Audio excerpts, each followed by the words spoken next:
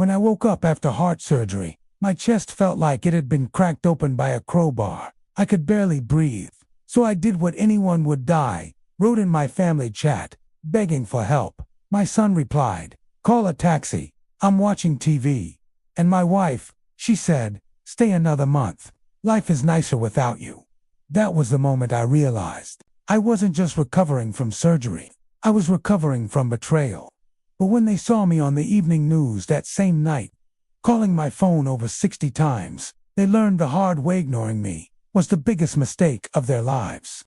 If you've ever dreamed of seeing cold-hearted people face the consequences of their actions, hit that like button right now. Subscribe to the channel for more true revenge stories that will shake you to your core. And tell me in the comments, have you ever been underestimated or left behind when you needed someone most? Now, let me take you inside my story. The pain hit like a lightning strike across my chest. Sharp, searing, bone deep. I gasped for air, eyes flying open to a ceiling of harsh white light. The world spun in dizzying circles, beeping monitors, the antiseptic sting of alcohol wipes, the suffocating weight of tubes snaking from my arms like plastic vines. I tried to sit up. My body screamed in protest. My chest felt like someone had split it open with a crowbar and left the pieces loosely stitched together. Panic clawed its way into my throat. Where was I? What happened? The rustle of fabric brought a figure into view, a woman in a white coat, with kind eyes peeking out from behind wire-rimmed glasses. "Mr. Thompson," she said gently. "You're awake." Her voice was calm, almost too calm, like she'd practiced it for patients hanging by a thread. "I'm Dr. Carter, your cardiologist. You're safe. How are you feeling?" I swallowed against a raw burn in my throat. My voice came out a rasp, like I got hit by a truck. She nodded sympathetically and glanced at the monitor beside me. I didn't understand the numbers flashing there, but her professional mask didn't waver. "You underwent emergency cardiac surgery, a triple bypass. Your heart stopped for 47 seconds during the procedure." 47 seconds. The words echoed in my head like stones dropped down a bottomless well. Was I? I could barely finish the thought. She met my eyes. "Technically, yes, but we brought you back." For a long moment, I couldn't breathe. I wasn't just lying in a hospital bed. I was lying in the space between life and death, staring at the fact that I shouldn't even be here. Dr. Carter squeezed my wrist, counting the faint thrum of my pulse. "The surgery was successful. You'll need at least 2 weeks in the hospital, and then a gradual recovery." 2 weeks. I turned my head toward the small window. Dallas skies gray, heavy with January clouds, hung outside. But what gripped me harder was what I didn't see. No flowers, no cards, no one in the chair beside me, no family. A sharp ache swelled in my chest, different from the surgical pain, lonelier, colder. When the nurse came in, Jennifer, her name tag said, she adjusted the 4 with a warm smile. "Are you in pain right now, Mr. Thompson?" I nodded silently, my throat too tight for words. She increased the flow of medication, and I felt the edges of agony soften into a dull blur. For the first time since waking, I thought of my family, my wife, my son. Surely they knew where I was. Surely they were on their way. But deep down, a gnawing doubt twisted in my gut, and in just a few hours, I would learn the truth, one text message at a time. The morphine haze dulled the knife edge of pain, but it couldn't touch the ache clawing at my chest, the kind that no doctor could stitch shut. Hours slipped by in a strange blur. Nurses coming and going, machines beeping their steady rhythm, a tray of untouched hospital food cooling on the bedside table. But there was still no knock on the door, no familiar voice calling my name. Finally, when the room was quiet again, I reached for my phone. The movement was small, but it felt like dragging a boulder across the mattress. My fingers trembled as I unlocked the screen. My family's group chat glowed back at me. The little digital room where birthdays were planned, where grocery lists were argued over, where once long ago we'd even shared jokes. I typed, painfully slow, "Who will pick me up from the hospital?" Simple, practical. I couldn't drive myself home, not with stitches running across my chest like a railroad track. I thought the question would be a formality. My wife or my son would jump in, eager to help. I watched the 3 little dots appear under my son's name. My heart actually lifted for a second. Then his reply landed like a sledgehammer. Call a taxi. I'm watching TV. For a moment, I didn't process it. My eyes read the words, but my brain refused to believe them. Surely he was joking. Surely this was sarcasm, a tasteless attempt at humor. But the dots vanished. No follow-up message came. Just silence. I stared at the phone screen, my vision blurring. My son, my only son. The boy I'd worked double shifts to send to college. The boy I'd taught to ride a bike, running beside him until my legs ached just to see him balance on 2 wheels. The boy I once held in my arms the night he had a fever, whispering promises that I would always take care of him. And now, he couldn't even pause his television show to pick me up after heart surgery. A cold sweat broke across my forehead. My chest tightened, not from the stitches this time, but from something far sharper. Before I could gather myself, another notification appeared. This time from my wife. Her words sliced even deeper. Stay in the hospital for another month. It's so nice without you. I blinked. Read it again. My hands shook so violently, the phone almost slipped from my grasp. So nice without you. Those 4 words were worse than the 47 seconds my heart had stopped beating. I couldn't stop the flood of memories crashing into me our wedding day, when I slipped a trembling ring onto her finger. The years we struggled financially, when I worked overtime and brought home a paycheck, greasy from sweat, while she stayed home with our son. The vacations I skipped so I could save for her car, her hobbies, her comfort. The mortgage payments I made faithfully every month, telling myself I was building a home for us, a foundation for a family that mattered more than anything. And yet, here I was, reduced to a nuisance, a burden, an inconvenience to be shrugged off with a cruel text. I dropped the phone onto the blanket and covered my face with both hands. For the first time since waking up from surgery, I wished I hadn't woken at all. Minutes passed, maybe hours. I couldn't tell. The machines kept their steady beep, like a cruel reminder that my heart was still beating whether I wanted it to or not. Eventually, the nurse came back in. "Mr. Thompson, how are you holding up?" she asked softly. I almost told her everything right then, that my family didn't want me, that I was alone, that the thought of going back to that empty house terrified me more than dying on this bed. But the words stuck in my throat. Instead, I muttered, "I'm fine." But I wasn't. When she left, I picked up my phone again. There were no new messages in the family chat, no apologies, no explanations, just silence. And that silence screamed louder than any words.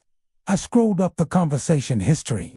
My last message before surgery was a cheerful note about dinner plans. Before that, a reminder about the mortgage payment that had just gone through. Before that, a photo of the new coffee machine I'd surprised my wife with. I stared at those messages, realizing with a sick twist in my gut that for years, my conversations with my family had been less about love and more about service. I was the provider, the problem solver, the man who made life run smoothly for everyone else. And now that I was broken lying in a hospital bed with a chest full of stitches, I had no use. Tears burned my eyes, but I refused to let them fall. Somewhere deep inside, a spark of anger flickered to life, small but steady. Because if my family could toss me aside like yesterday's trash, maybe they didn't deserve me in the first place. I didn't know it yet, but those 2 cruel messages, those tiny bursts of glowing text on a phone screen were the start of something bigger, the start of a decision that would change not only my recovery, but my entire life. The world outside my hospital window was gray and cold, but inside me, something was beginning to burn. And when that fire finally spread, the people who abandoned me would feel its heat in ways they never saw coming. The night stretched long and heavy in that hospital room, each tick of the clock drilling into me like a cruel reminder. You're alone. They don't care. The morphine wore thin, and pain clawed through my chest again, sharp and merciless. I pressed the nurse call button, and Jennifer appeared within minutes, her face full of concern. She adjusted the IV, murmured reassurances. even patted my shoulder before leaving again. Her small kindness almost undid me. Why was it that a stranger someone paid to check on dozens of patients showed me more care than the two people I had built my entire life around? I stared at the ceiling, replaying my son's text over and over. Call a taxi. I'm watching TV. It echoed in my skull like a cruel mantra. I had been there for him through everything.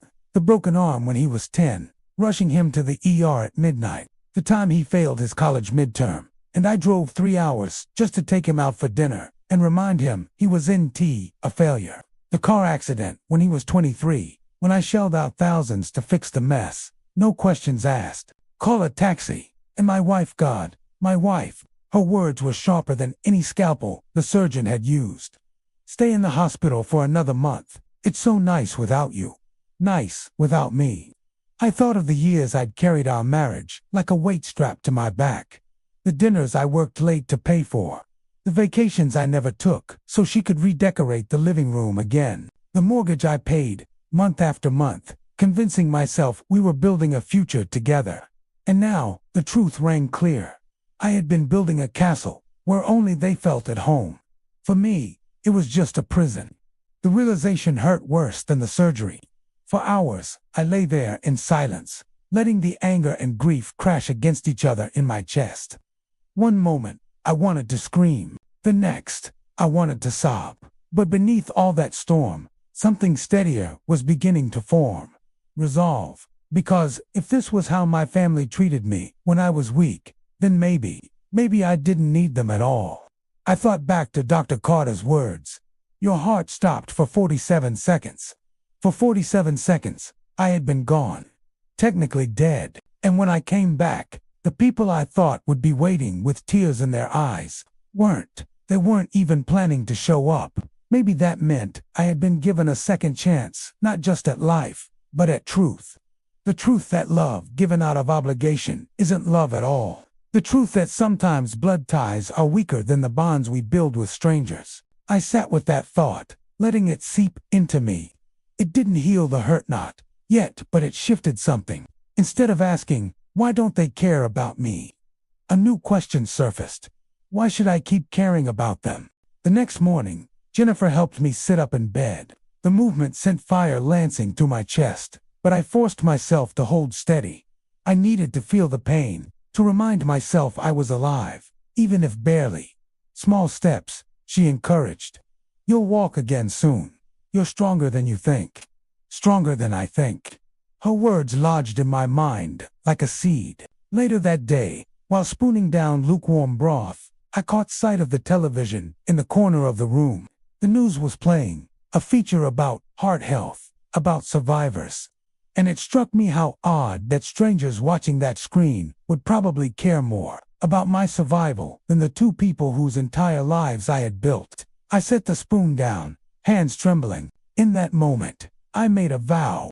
I would stop begging for their attention, stop financing their comfort, stop twisting myself into knots just to be treated like disposable trash.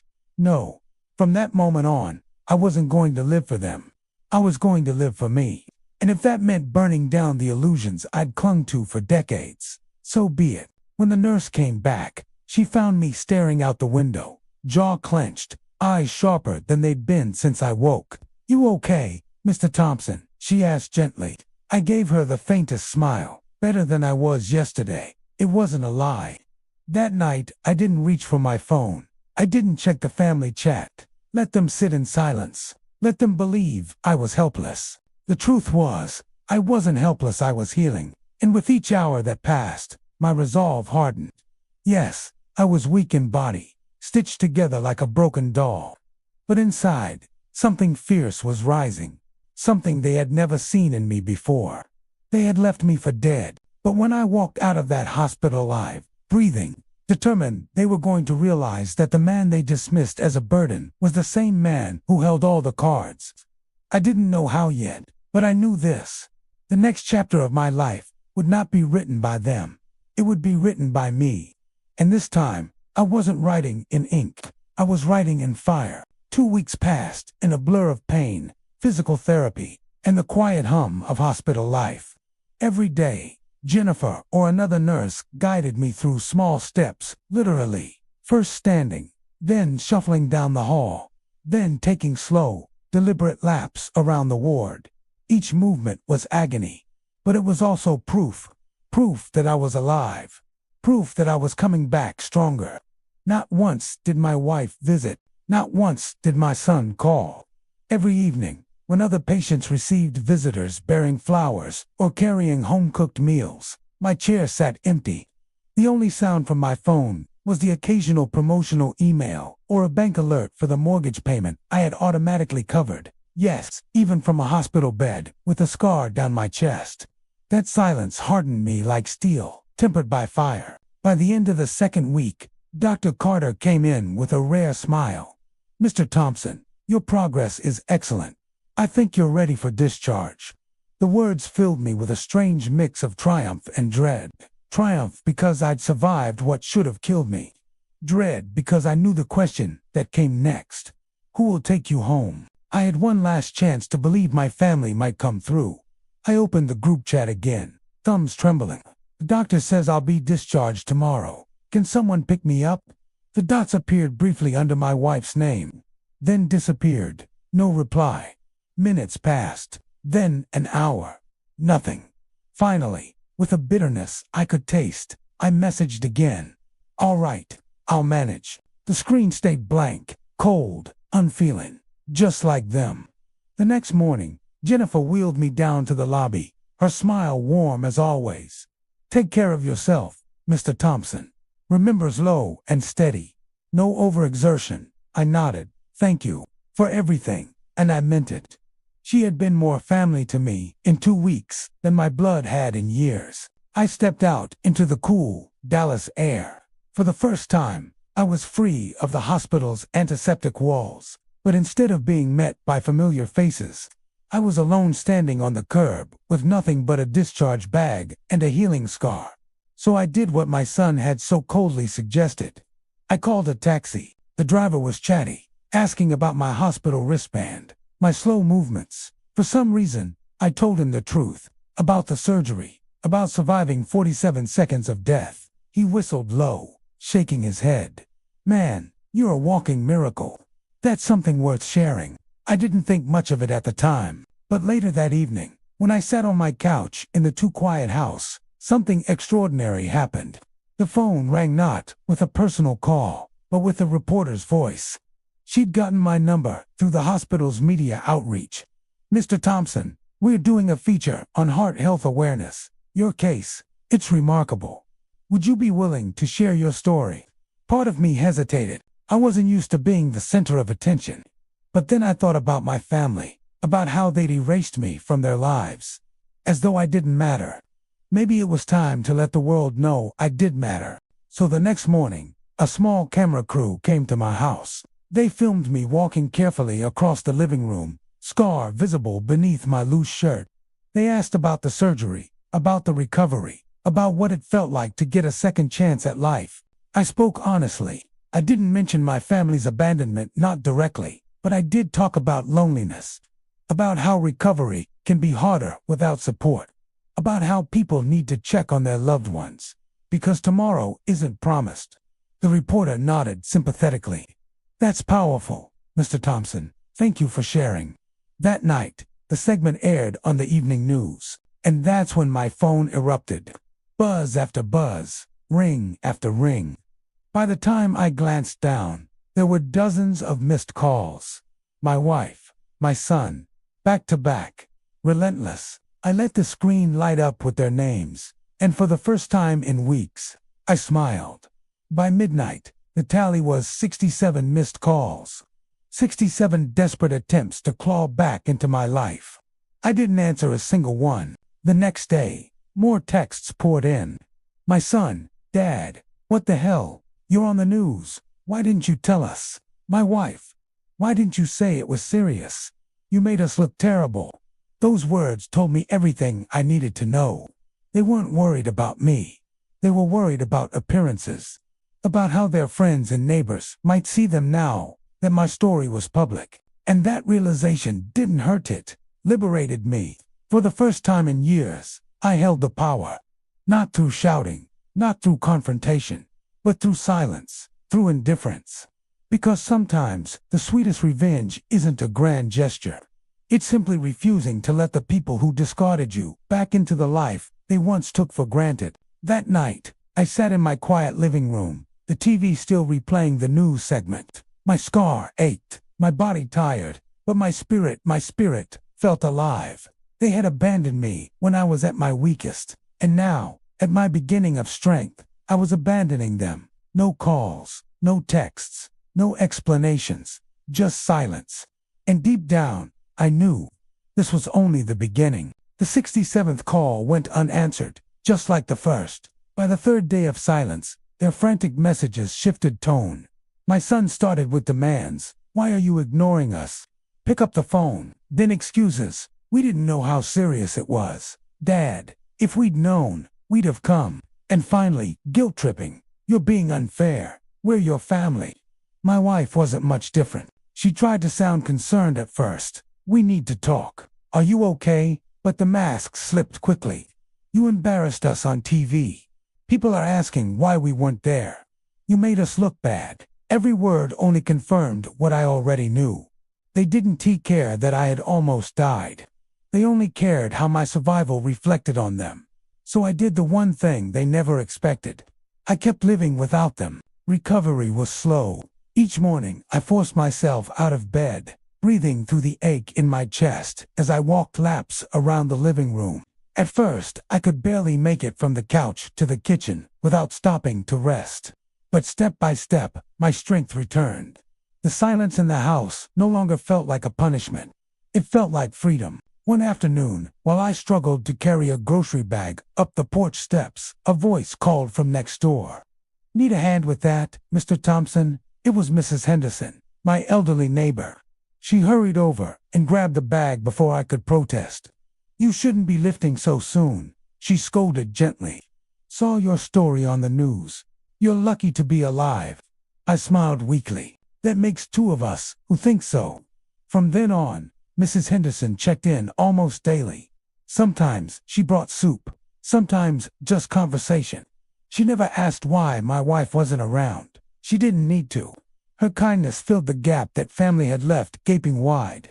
A week later, the Heart Foundation called. They were organizing a community event to raise awareness about cardiac health and wanted me to speak. At first, I hesitated. Public speaking wasn't something I'd ever imagined for myself.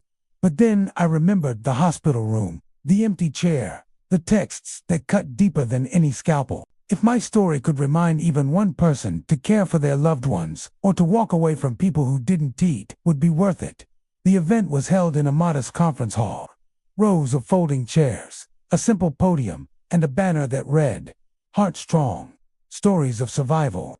When my turn came, I stepped to the microphone, my chest scar visible beneath my open collar shirt. I was technically dead for 47 seconds. I began, the crowd leaning in. But the hardest part wasn't coming back from that. The hardest part was realizing that when I woke up, the people I expected to be there weren't.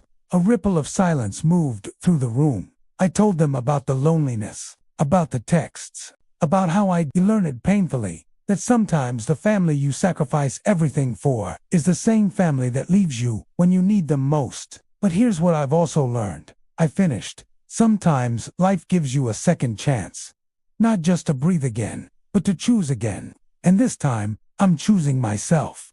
The applause that followed wasn't thunderous. It was warm, genuine. People came up afterward to shake my hand, to share their own stories of betrayal and survival.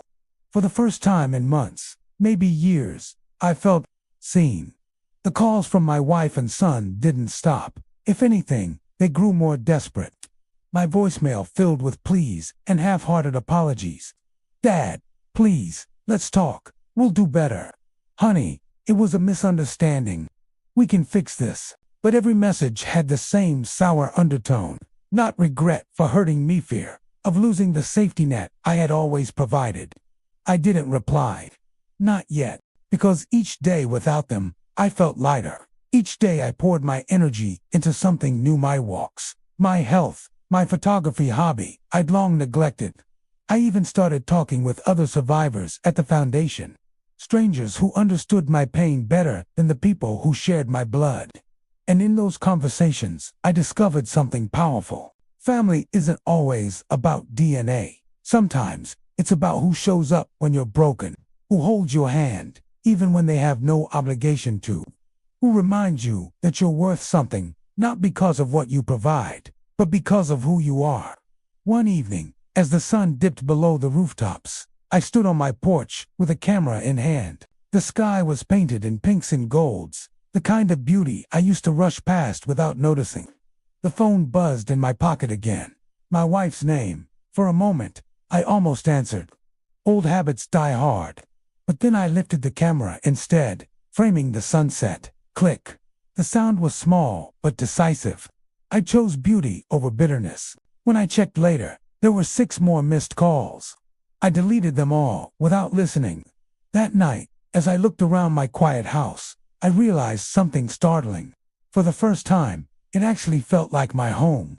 Not a shelter I built for others, not a cage I paid for with every paycheck. Mine, and I wasn't afraid of the silence anymore. In fact, I was beginning to savor it. Because silence, I was learning, can be louder than words. And soon, my silence was going to teach my wife and son a lesson they would never forget. By the 4th week, the desperation in their voices had turned to panic. My son's messages stopped pretending to be apologies. Dad, this is serious. The bank said the mortgage payment didn't go through. What's going on? My wife followed with a longer text. The bills are piling up. You can't just ignore us like this. We need to talk. You're being childish. Childish. The word cut sharper than any scalpel. I had nearly died, left abandoned by the 2 people I trusted most, and I was the one being childish. That was the moment I realized something profound.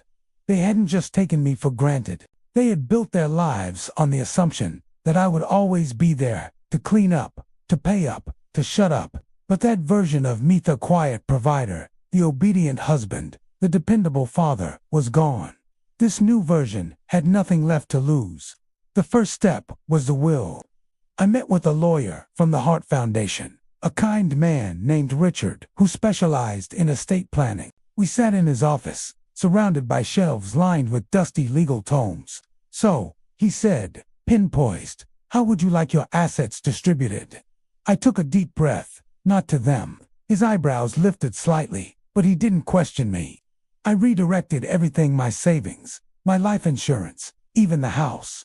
Half would go to the foundation that had saved my life. The other half, to a community trust for cardiac patients who couldn't afford treatment. For decades, I had funneled my income into making my family comfortable. And when I finally needed them, they couldn't be bothered. Fine. Let them struggle without me. The second step was the accounts. I visited the bank and withdrew my name from every joint arrangement. Credit cards, savings accounts, automatic payments. I shut it all down. My wife had grown accustomed to swiping plastic without consequence. She was about to learn that actions have price tags. The third step was the house. Legally, it was in my name. I paid the mortgage, maintained the insurance, kept the lights on. So I called the lender and informed them I would no longer be making payments. When they asked why, I told them plainly. The occupants are strangers to me. The man on the other end went silent, then finally said, Sir, do you understand what this means?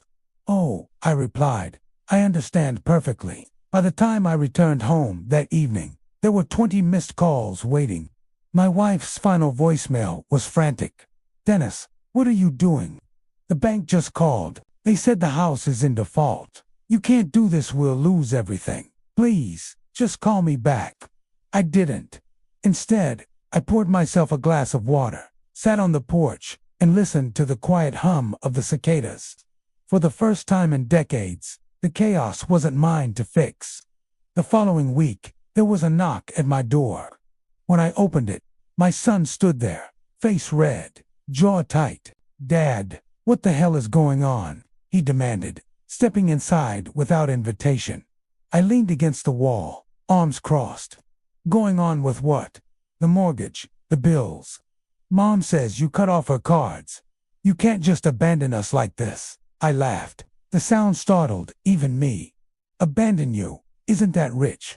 You abandoned me first. His face paled. It wasn't like that. We didn't think. No, I interrupted, voice sharp.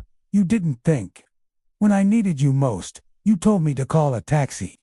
Do you have any idea what that felt like? Lying in a hospital bed, stitched up like a butchered carcass, and realizing my own family wanted nothing to do with me. He looked away, shame flickering in his eyes.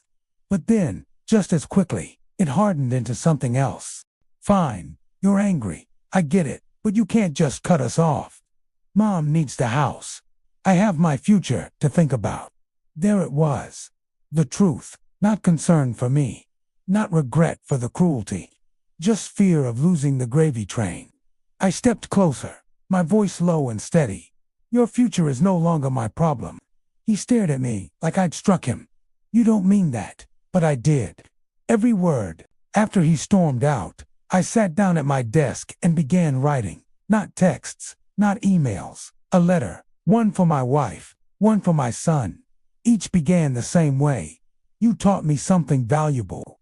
You taught me what it means to be truly alone. And in that loneliness, I discovered a strength I didn't know I had. The strength to finally live without you. I didn't sign them with love. I didn't even sign them with my name. Just from the man you lost. As the days passed, I felt lighter. My chest still ached from the surgery, but the heaviness in my spirit was gone. Meanwhile, their panic grew louder. I heard from mutual acquaintances that my wife was begging friends for loans. My son complained to anyone who would listen that I had gone crazy. Let them talk. Let them scramble. Because the man they used to control, to drain, to discard, he was gone. In his place was someone who finally understood the most important lesson of all. Sometimes, the cruelest revenge isn't screaming, or fighting, or even hating. Sometimes, the cruelest revenge is walking away. And I hadn't just walked away, I had slammed the door shut behind me. The letter must have struck a nerve, because within days, I received an official-looking envelope in the mail. Inside was a neatly typed letter on legal letterhead. My wife's name stamped across the top. It read, "This is a formal request for financial support. Failure to provide adequate spousal maintenance will result in legal action." Legal action, I chuckled, shaking my head. After decades of keeping her fed, clothed, housed, and spoiled, she had the audacity to claim I was neglecting her. I dialed my lawyer. "Richard, what's the likelihood she can actually win this?" He chuckled. "Given that she abandoned you after major surgery, slim to none.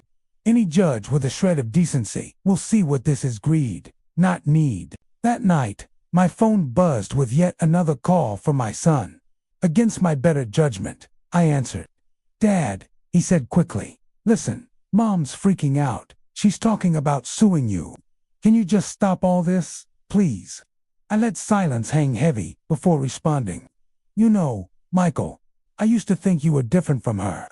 That you had some shred of compassion in you, but all I hear in your voice is fear of losing comfort.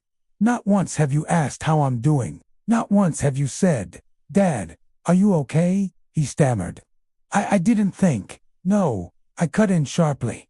"You never did think. You just took. Both of you.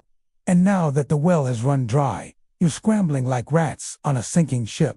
His breath hitched, and for a fleeting moment, I thought I heard the boy. He used to be the boy who once clung to my hand at the playground. But then his tone hardened. "You'll regret this, Dad. You're burning bridges you can't rebuild." The line went dead. A week later, I received an unexpected visitor. This time, it wasn't my son standing at the door. It was my wife. She looked worn down, hair messy, eyes bloodshot, clothes wrinkled as if she hadn't slept in days. "Dennis," she said softly, "please, we need to talk." I stood in the doorway, blocking her from entering. "Talk." Then, tears welled in her eyes. I made a mistake. I was scared. You were in the hospital, and I didn't know how to handle it. I thought you'd be fine." Her voice cracked, but I felt nothing. "You thought wrong," I said coldly. "And when I needed you most, you decided life was nicer without me. Do you remember that, Isabella? Those were your words."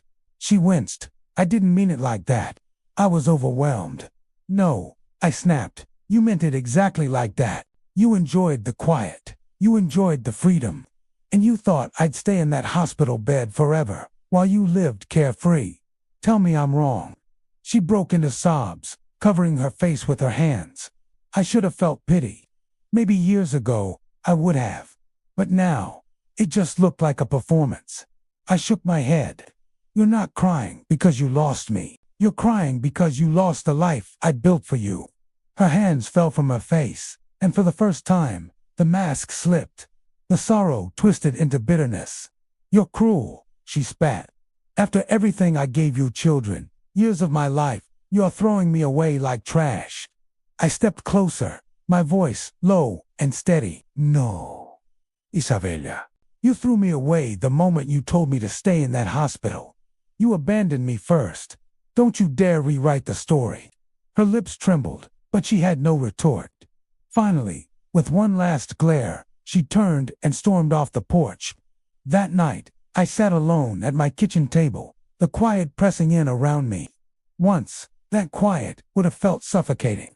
Now, it felt liberating. The family that had drained me for decades was gone. And in their place, peace. I thought of the other patients I'd met at the Heart Foundation. The man who couldn't afford medication. The widow who couldn't pay for her surgery. They had no one. And yet, they smiled at me, shared stories, treated me like family. That was when I realized something profound. I wasn't losing family. I was choosing a new one.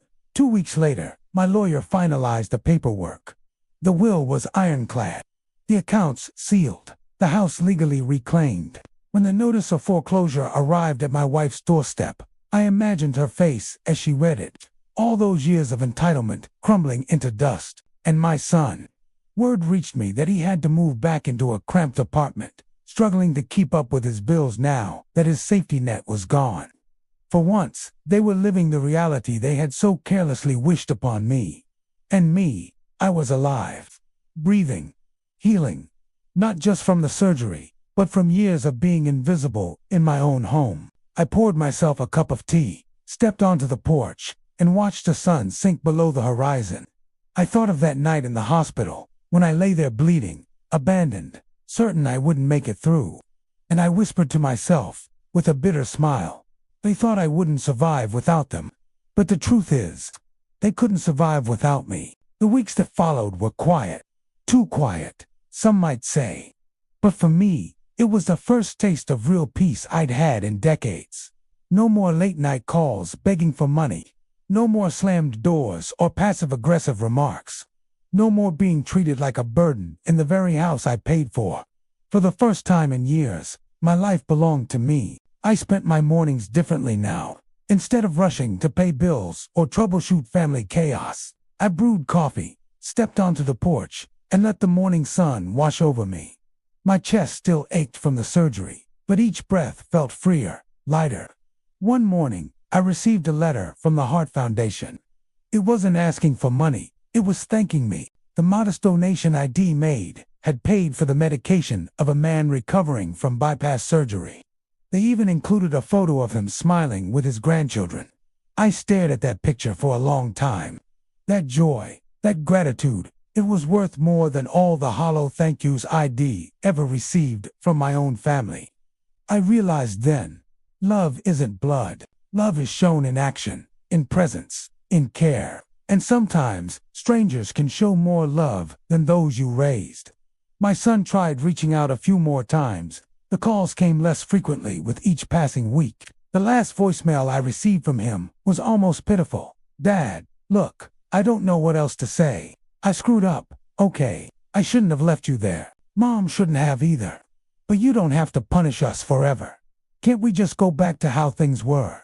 His words lingered, but they rang hollow. Because how things were meant, me giving, and them taking. Me suffering silently, while they lived comfortably. There was no going back. So I deleted the voicemail. With the dead weight gone, I started rediscovering myself. I joined a small support group for heart patients. We met every Wednesday evening at the community center. There was Martha, a retired teacher who survived 2 strokes and still managed to laugh louder than anyone else in the room.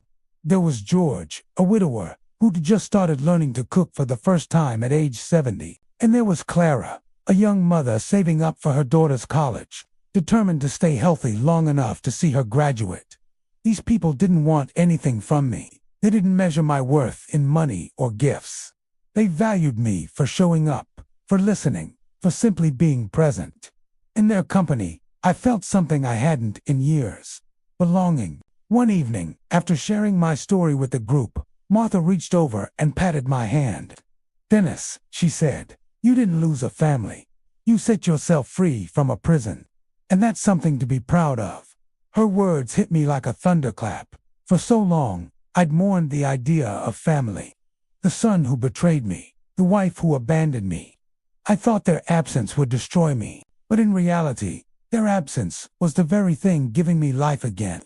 As the months rolled on, I started volunteering part-time at the hospital that once held me captive in that lonely bed.